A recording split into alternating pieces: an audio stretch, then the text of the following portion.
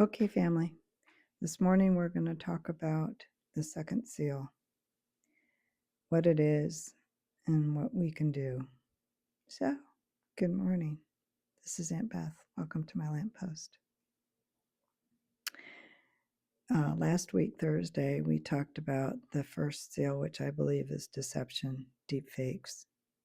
It's so subtle when Jesus is talking in Matthew 24, but the very first thing he says about the end times is take care you're not deceived. And we're seeing a lot of that now. Okay. Conquering and to conquer.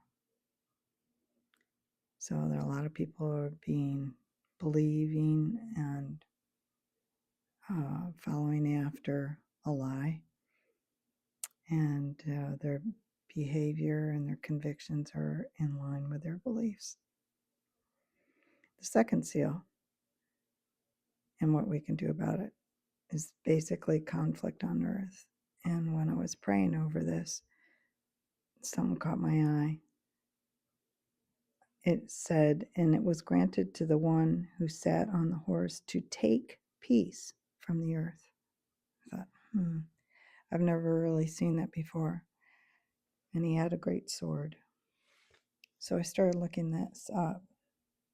There are two types of swords, two definitions of the swords, and there are 7 definitions of the word peace. But it's interesting. Remember when Jesus came and he talked about peace on earth, goodwill to men? It's the same peace, the same word that is used when he takes peace. Now we know that God is not an Indian giver, okay? So there was a peace treaty or peace offering, and people didn't accept it. My point is, if you did accept the peace treaty, the peace offering, you have accepted Jesus, you're good, okay? Now there's collateral damage in the environment that we live in for the people that did not accept it. But listen to this definition of peace as far as the goodwill to men, but also taking the peace.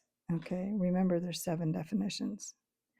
It says prosperity, peace, quietness, rest, a harmonious relationship between men and nations, friendliness, freedom from molestation, order in the state or churches, harmonized relationships between God and man, a sense of rest and contentment.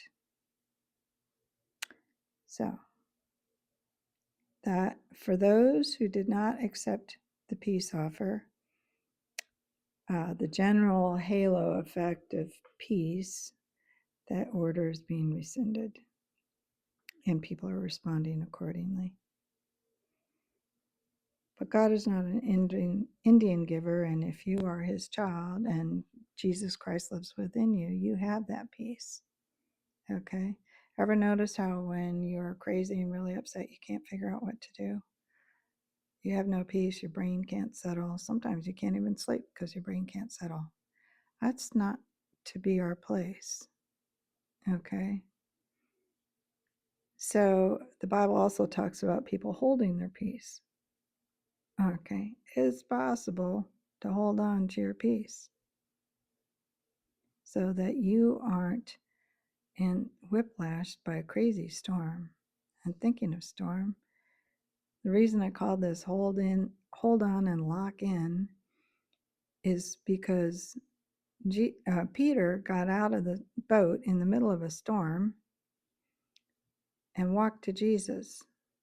But when he got his eyes off Jesus, he started sinking. Jesus grabbed him and they went back to the boat. So when we get our eyes off the Lord, we're going to start sinking in the storm that's around us. And we need to lock in on the Lord. Okay? It's not going to be easy. All right, we're in a storm. We all know it. Okay? But we're in a storm, but there is a way through. Okay? Now, the other disciples, they stayed dry. Well, relatively dry. I'm sure it was raining. They didn't have the adventure of walking on water, doing the impossible. But I'm sure they were all watching. So whether you're out on your own adventure, walking on water, mine used to say, I'd rather be a wet water walker than a dry boat rocker. So to those wet water walkers, the secret in all of this craziness that is being unleashed, okay, is we got to hold on to our peace. The people that don't know the Lord are going to lose it. I mean, emotionally, because the general aura, if you want to call it, the general environment of peace is being retracted. The peace offer is still open. Okay, but the benefits to the society are being retracted. It's interesting because there's also two types of swords that are mentioned in this. And the sword that the guy carries, the whoever it is, angel or whoever riding the second horse, is used for ordinary violence or dissensions that destroy peace. It is an instrument of judgment by a magistrate or judge. So the peace offer is being rescinded. But God is not an Indian giver. If you know the Lord, you've got that peace on the inside of you. Hold on to that peace. If you find yourself and you can't figure out which way is up, lock in on the Lord. Okay. And we'll get through this. We'll get through this. So I hope this encourages you. Have a fabulous, fabulous, fabulous